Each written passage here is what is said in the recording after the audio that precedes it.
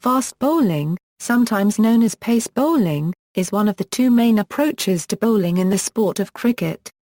The other is spin bowling. Practitioners are usually known as fast bowlers, fastmen, pace bowlers, quicks, or pacemen, although sometimes the label refers to the specific fast bowling technique the bowler prefers, such as swing bowler or seam bowler. The aim of fast bowling is to bowl the hard cricket ball at high speed and to induce it to bounce off the pitch in an erratic fashion or move sideways through the air, factors which make it difficult for the batsman to hit the ball cleanly. A typical fast delivery has a speed in the range of 137 to 153 km per hour. Categorization of fast bowling: it is possible for a bowler to concentrate solely on speed, especially when young, but as fast bowlers mature they pick up new skills and tend to rely more on swing bowling or seam bowling techniques. Most fast bowlers will specialize in one of these two areas and will sometimes be categorized as swing or seam bowler. However, this classification is not satisfactory because the categories are not mutually exclusive and a skilled bowler will usually bowl a mixture of fast, swinging, seaming and also cutting balls, even if he prefers one style to the others. Also, due to pitch and weather conditions, it may be almost unsustainable to bowl to their full potential pace, meaning a fast bowler could average at a high 130 km per hour instead of low 140 km per hour, or a fast medium bowler may extract more pace and bowl quicker than their average pace. Instead, it is more common to subdivide fast bowlers according to the average speed of their deliveries, as follows. There is a degree of subjectivity in the usage of these terms. For example, Cricinfo uses the terms fast-medium, and medium-fast interchangeably, and sometimes replacing medium-fast to medium. For comparison, most spin bowlers in professional cricket bowl at average speeds of 70 to 90 km per hour. The ability of some bowlers to deliver a variation ball, faster or slower than their standard, can cause some confusion as they could appear to put them in different categories. For example, Brett Lee bowls his stock ball at around 145 km per hour, making him a fast bowler, although he will occasionally bowl a slower ball at around 115 km per hour, and his slowest bounces can go as slow as 100 km per hour late in his domestic career. Conversely, Shade Afridi, a spin bowler, has a quicker ball which can reach 134 km per hour, and Stuart Broad, a fast medium bowler, Mitchell Marsh and Jimmy Neesham can sometimes bowl at over 145 km per hour in Australian conditions, especially Brisbane and WACA. However, these are rarely taken into account in determining what category a bowler fits in because these deliveries are variations, intended to surprise the batsman, not the standard pace of a bowler. Brett Lee, Shub Akhtar, Sean Tayyat, Jeff Thompson and Mitchell Starc have clocked over 160 km per hour and are categorized as ultra-fast bowlers although often bowling at speeds significantly lower than this mark. Also, while Stephen Finn is classified as a fast-medium bowler by Cricinfo, he can consistently bowl at around 145 km per hour, with his fastest clocked at 151.9 km per hour. Making him the 10th fastest amongst active bowlers as of January 3, 2015. Technique in fast bowling.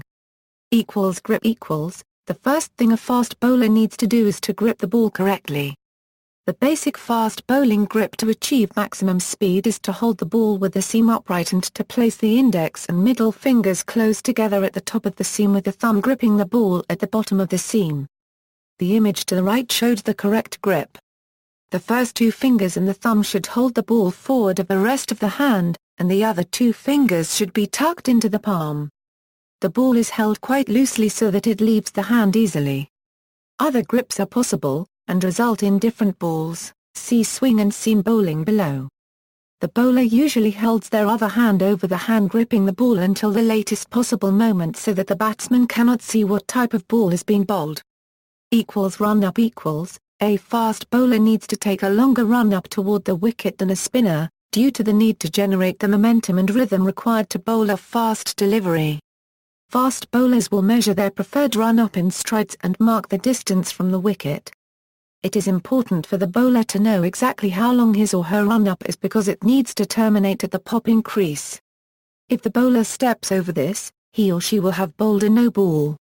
A no ball means the bowler will have to bowl again, awards a penalty of 1 or 2 runs to the batting team, and allows them to score additional runs with a reduced risk of dismissal.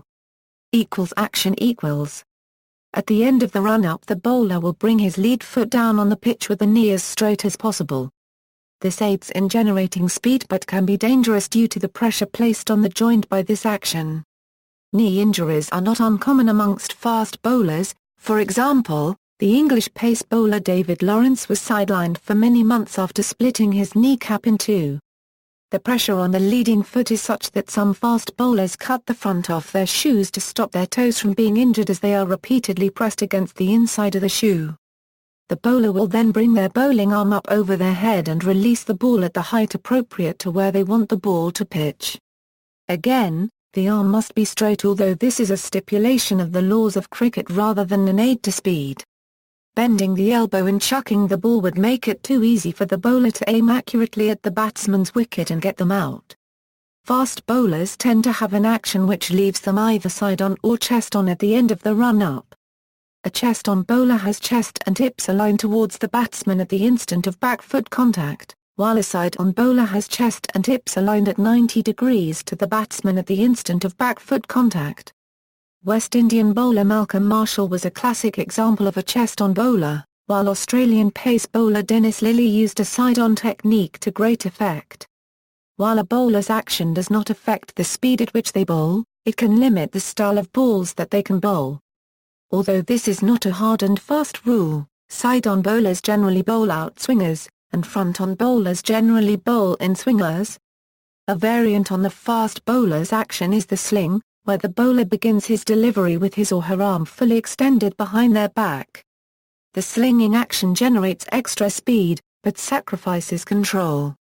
The most famous exponent of the slinging action is Jeff Thompson, who bowled at extraordinary pace off a short run-up. Current internationals who employ a slinging action include Fidel Edwards, Sean Taylor, Lasith Malinga and Mitchell Johnson. Follow-through equals. After the ball has been released, the bowler follows through at the end of his or her action. This involves veering to the side so as not to tread on the pitch and taking a few more strides to slow down. Striding onto the pitch at the end of a delivery can damage the surface, resulting in rough patches which spin bowlers can exploit to get extra turn on the ball. Doing so is illegal according to the laws of the game. Bowlers who persistently run onto the pitch can be warned, with 3 warnings disqualifying a bowler from bowling again during the innings. Line and length. An effective fast bowler needs to be able to hold a consistent line and length, or in common terms, to be accurate. In this context, line refers to the path of the ball towards the batsman, in the horizontal dimension running from the off to the leg side, while length describes the distance the ball travels toward the batsman before bouncing. Variations in length is generally seen as the more important of the two for a fast bowler. The faster the bowler, the harder it is to achieve consistent line and length, but sheer speed can make up for the shortfall. Fast bowlers who also manage to be accurate can be devastatingly effective, for example the likes of Australian pace bowler Glenn McGrath and South African pace bowler Shaun Pollock. Line equals. In modern cricket, the 2 lines usually aimed for by fast bowlers is the so-called corridor of uncertainty, the area just outside the batsman's off-stump, or actually on the stumps. It is difficult for the batsman to tell whether or not such a ball is likely to strike their wicket, and thus to know whether to attack, defend or leave the ball. This technique was historically known as off theory, but it is now so routine that it is rarely given a name at all, or forgotten about completely. Of course, variation in line is also important, and deliveries aimed at the leg stump can also serve a purpose. Precise mastery of the line of the ball is best utilized when a batsman is known to have a weakness hitting a particular shot, because a bowler with an effective line can place the ball in the weak spot time after time. Failing to overcome a persistent inability to hit balls on a certain line has been enough to end the careers of innumerable batsmen once they had been found out by skilled line bowlers. Length equals. A good length ball or salmon ball is one that arrives at the batsman at around waist height. There is no fixed distance to a good length, or indeed any other length of ball in cricket, since the distance required will vary with the speed of the ball, the state of the pitch and the height of the bowler and batsman. It should be noted that bowling a good length in this sense is not always appropriate. In some situations, on some pitches and against some batsmen, other lengths will be more effective.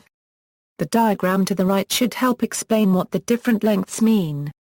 A ball which bounces a little way before the good length and rises to the batsman's abdomen is said to be short-pitched, or described as a long hop, and is easier for a batsman to hit as he will have had more time to see if the height or line of the ball has deviated after bouncing. A short-pitched ball is also at a more suitable height for the batsman to play an attacking pull shot. A ball which bounces significantly before the good length and reaches shoulder or head height is a bouncer and can be an effective delivery. Any ball which is short enough to bounce over the batsman's head is usually called wide by the umpire. Bowling short-pitched or wide balls is a bad idea, as they are relatively easy for the batsman to defend or attack. At the other end of the scale, balls which bounce slightly closer to the batsman than the good length are said to be full-pitched or over-pitched, or described as a half-volley. These are often easier for the batsman to play than the good length because they do not have time to move much after bouncing off the seam and, arriving at the batsman low to the ground, are ideal for drive strokes. However, in conditions favourable to swing bowling, full-pitched bowling gives the ball more time to move through the air, challenging the batsman, way up the risk of being able to play drives against uncertainty about the swing. Closer still to the batsman's feet is the Yorker. An effective Yorker's length will be difficult to pick early, forcing the batsman back into the crease. Additionally, because it bounces at the batsman's feet, a well-bowled Yorker is not playable by a conventional cricket shot. If the ball fails to bounce at all before reaching the batsman, it is labelled a full toss or beam ball. It is very easy for a batsman to place such a delivery, as it will not have deviated at all from bouncing off the pitch. It is because the three effective lengths are all interspersed by lengths which are easy for the batsman to hit that control of length is an important discipline for a fast bowler. Spin bowlers, on the other hand, are almost always aiming for the good length but need a much finer control of flight and line to be effective. A fast bowler tries to be physically fit throughout his cricket career, which may span more than a decade. Needless to say, that is tough to do and needs a lot of discipline and luck. Strike bowling. Strike bowling is the term usually applied to bowlers that are used mainly to get a batsman out at the possible expense of runs if the wicket-taking is unsuccessful. For fast bowlers, this can be achieved through sheer speed and aggression, rather than trying to make the ball move through the air or off the pitch. More commonly, however, aggressive bowling techniques can be combined with swing bowling and seam bowling techniques to create nigh-on unplayable balls in the hands of a bowler of any speed. The in-swinging Yorker is seen as particularly deadly. Bouncer equals.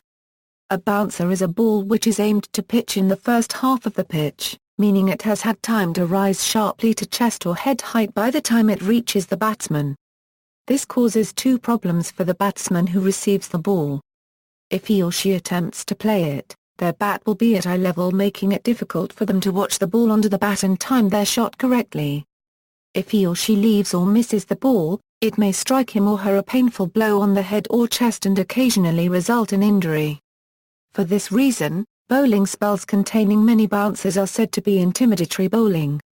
The usual response to a bouncer is for the batsman simply to duck underneath it, but this requires fast reflexes and a strong nerve, and the batsman is sometimes hit in any case. The natural reflex is to attempt to defend one's head with a straight bat, but this should be suppressed if possible, as the likely result of this will be that the ball flies off the bat at an uncontrolled angle, making for an easy catch. Most batsmen have panicked and lost their wickets in this fashion several times in their career after prolonged spells of bouncers. Physically powerful batsmen often attempt to strike the ball on the rise, even though this obstructs their vision of the ball, since it is not uncommon that their sheer brute force combined with the speed of the ball will cause it to fly to the boundary.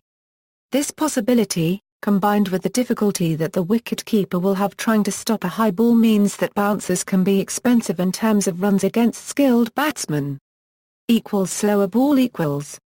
A slower ball is a ball which is delivered exactly like a usual pace delivery in terms of action and run-up, but where the grip is changed slightly in order to slow the ball down. This deceives the batsman, who will likely attempt to play the ball as though it were at full speed, causing him or her to mistime their shot. The result is usually that the ball strikes lower down the bat, resulting in it leaving the bat at a slower speed. Also, the bat will generally have travelled further when it hits the ball and be in the upward part of its arc, causing the ball to leave the bat at a steeper angle. The combination of these can be a slow-moving, looping ball which is relatively easy to catch. In an extreme case, the batsman will play the shot so early as to completely play over the ball, and be clean bowled. One of a number of different grips is illustrated to the right. Essentially the only difference is that the middle and index fingers are split and come down on each side of the seam. This causes more drag on the ball as it leaves the hand, slowing down the delivery. Slower balls are also bowled by using the off-break grip and finger action used by off-spinners. A slower delivery may also be achieved, less commonly, by using a leg spin grip and wrist action, or by supporting the upper aspect of the ball with only one finger or with the knuckles. The slower ball is particularly effective against a batsman seeking to score quickly. Consequently, its prominence has increased with the development of one-day cricket and 2020 cricket, and particularly when bowling at the death, where batsmen will attack with abandon. A more experienced batsman will be able to adjust his or her shot mid-stroke, momentarily pausing so as to middle the ball when it is hit. Another version of the slower ball, also known as the slob, is released with the top fingers only. Aimed as a beamer, the method of delivery causes the ball to drop dramatically in flight and arrive at a Yorker length. This was most famously used by Chris Cairns to Chris Reed, causing him to duck into a full-length ball which went onto the stumps. Yorker equals. A Yorker is a ball which bounces off the pitch right in front of the batsman's feet, an area known as the block hole. Because of the usual stance of the batsman in the regulation length of the cricket bat, the bat was not usually held near the ground while the batsman prepares to strike the ball, so playing a Yorker requires the batsman to alter the height of his or her bat very quickly after detecting a Yorker has been bowled. This is difficult, and the Yorker can often squeeze through the gap and break the wicket. Successfully playing this type of delivery is also known as digging out a Yorker. Bowling a Yorker requires pinpoint accuracy, since bowling it slightly too long will result in a full toss or full pitch delivery, which is easy for the batsman to play because the ball has not deviated by bouncing off the pitch. It also has most of its value as a surprise ball. For these two reasons, Yorkers are not common deliveries in most circumstances. In the latter stages of an innings in one-day cricket, batters seek to attack every ball bowled. In such circumstances, the Yorker is a particularly effective delivery, both in taking wickets and preventing boundaries from being hit. Therefore, the Yorker is very frequently bowled in these circumstances, and bowlers who can bowl Yorkers accurately are prized in this form of cricket. Pakistani fast bowlers Imran Khan, Wakyanis and Wasim Akram, and the West Indian fast bowler Joel Garner, and also Sri Lankan fast bowler Lasith Malinga are widely regarded as amongst the best exponents of Yorkers. Seam bowling. Seam bowling is the act of using the seam of the ball to cause the ball to bounce in an unpredictable fashion when it hits the pitch. A good batsman will be able to predict where a ball is going to bounce and from that work out what height the ball will be when it reaches him or her. By generating variations in bounce, the bowler can make it more likely the batsman will make a mistake in his assessment of the ball and give away their wicket. Seam deliveries can be bowled at any pace, but most specialist seamers bowl at medium, medium fast or fast medium pace. The basic technique of seam bowling is to employ the normal fast bowling or slower ball grip and to try to ensure that the seam remains upright until the ball hits the pitch. If the seam is upright and the ball is spinning around its horizontal axis, there is no appreciable Magnus effect and the ball will not move in the air. The seam of the ball is raised and will cause variations in bounce and movement if it is the first part of the ball to hit the pitch. Seam bowlers can get a lot of help from certain types of pitches. Hard pitches that have a cracked or ridged surface are best for seam bowling, since the hardness makes it easier to bounce the ball without losing speed, while the uneven surface adds to the unpredictability of the bounce when the ball hits the pitch. This is known as variable bounce. On rare occasions a pitch which is extremely hard and uneven will be declared as too dangerous to play on since the batsman cannot predict the ball at all and they are likely to be hit on the body repeatedly as a result.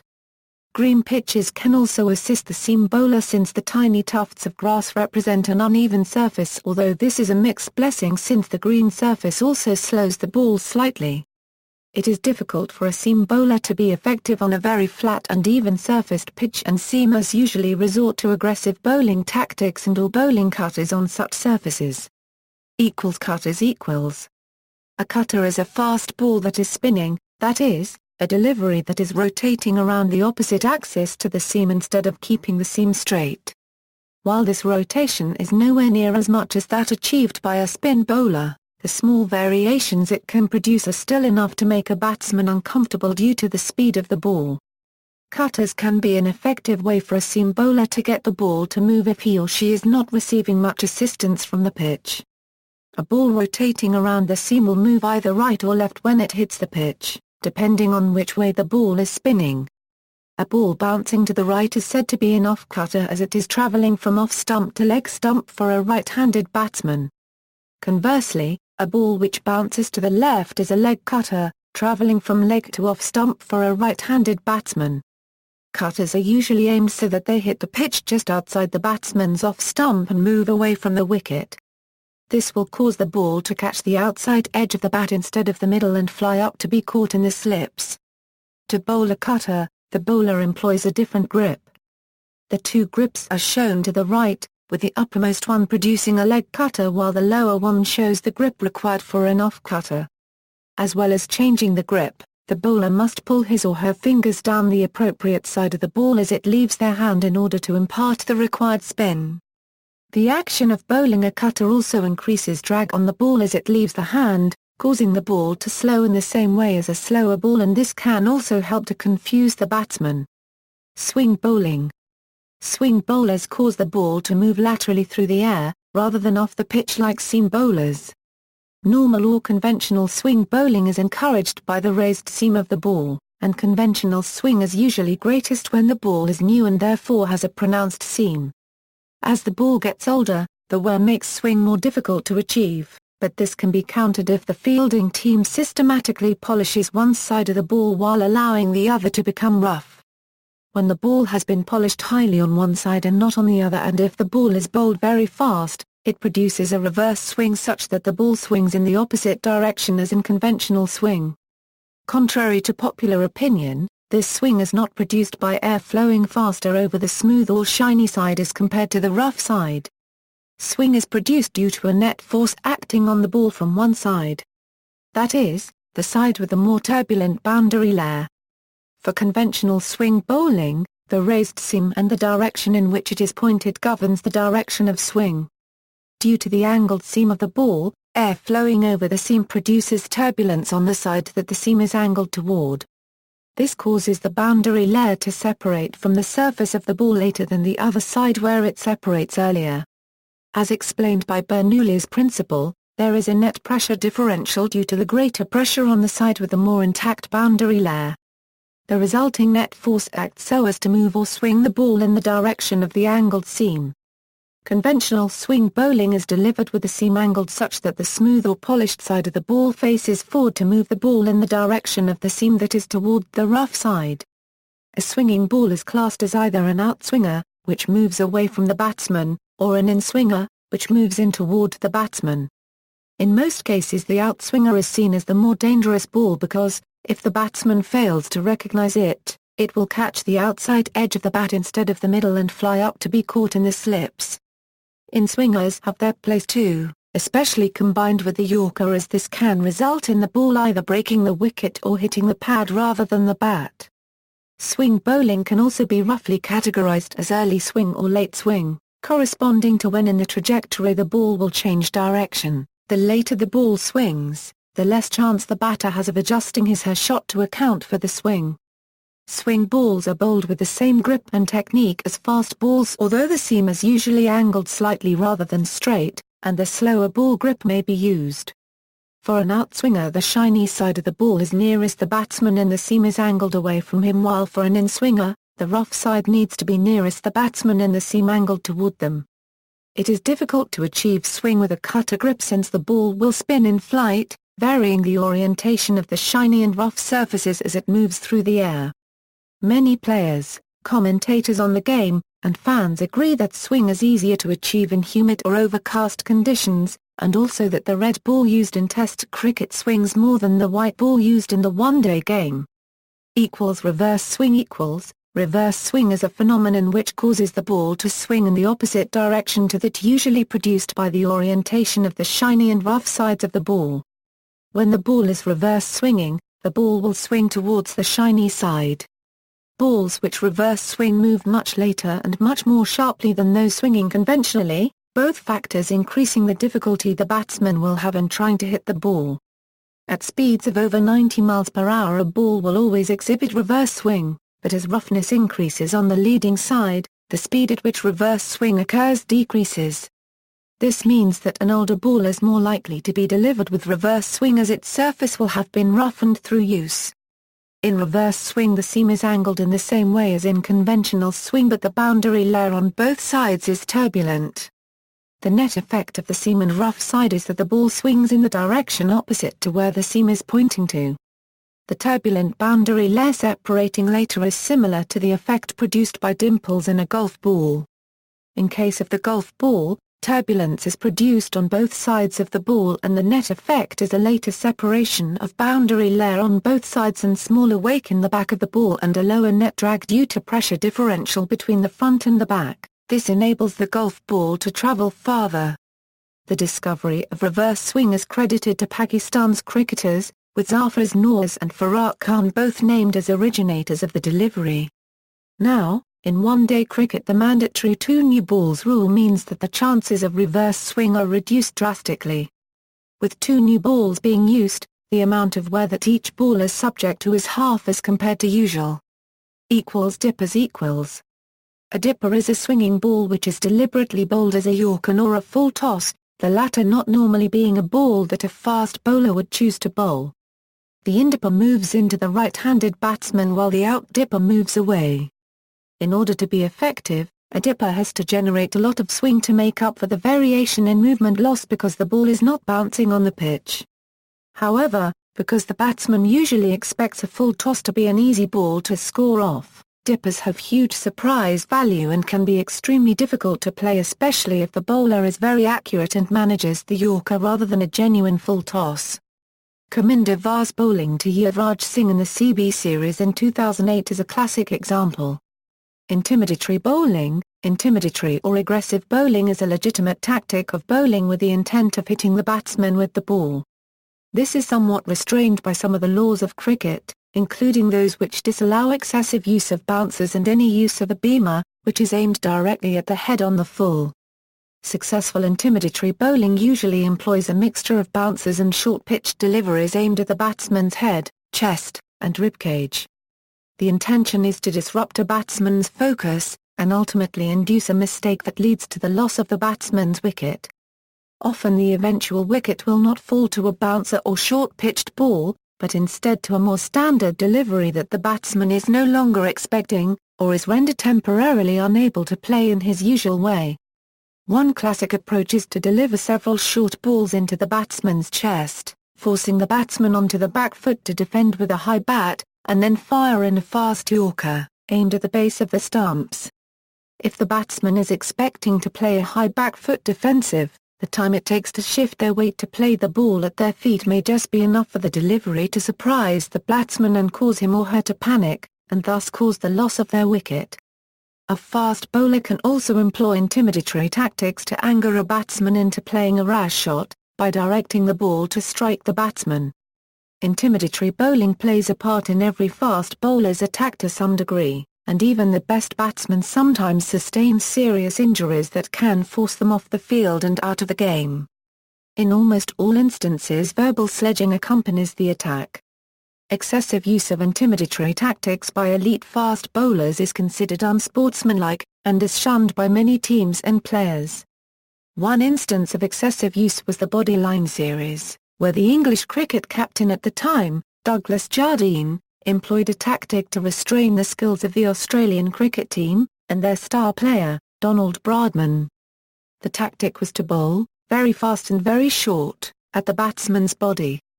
After the bodyline series, as it became known, several laws of cricket were altered to prevent such a tactic being used again, such as a restriction in the number of fielders that can occupy the rear leg side quadrant of the cricket to 2. Tactics, because nearly all cricket teams will contain several fast bowlers of differing speeds and styles. The tactics of fast bowling depends not only on changing the field placements but on changing the bowler and the types and sequences of deliveries bowled as well. The precise tactics will be determined by many factors including the state of the game, the state of the pitch, the weather and the relative energy and skill levels of the various players available to bowl. Fast bowling requires a great deal of energy and most fast bowlers can be expected to bowl a spell of 4 to 6 overs in a row before requiring a rest. Depending on conditions, they may be required by the team to bowl a longer spell, although this usually results in drop in effectiveness toward the end of the spell as the bowler tires.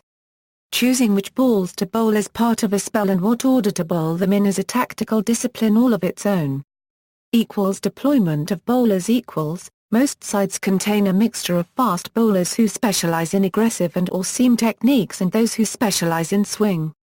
When the ball is new it usually swings very little but it will generate a lot of speed, bounce and variation off the seam.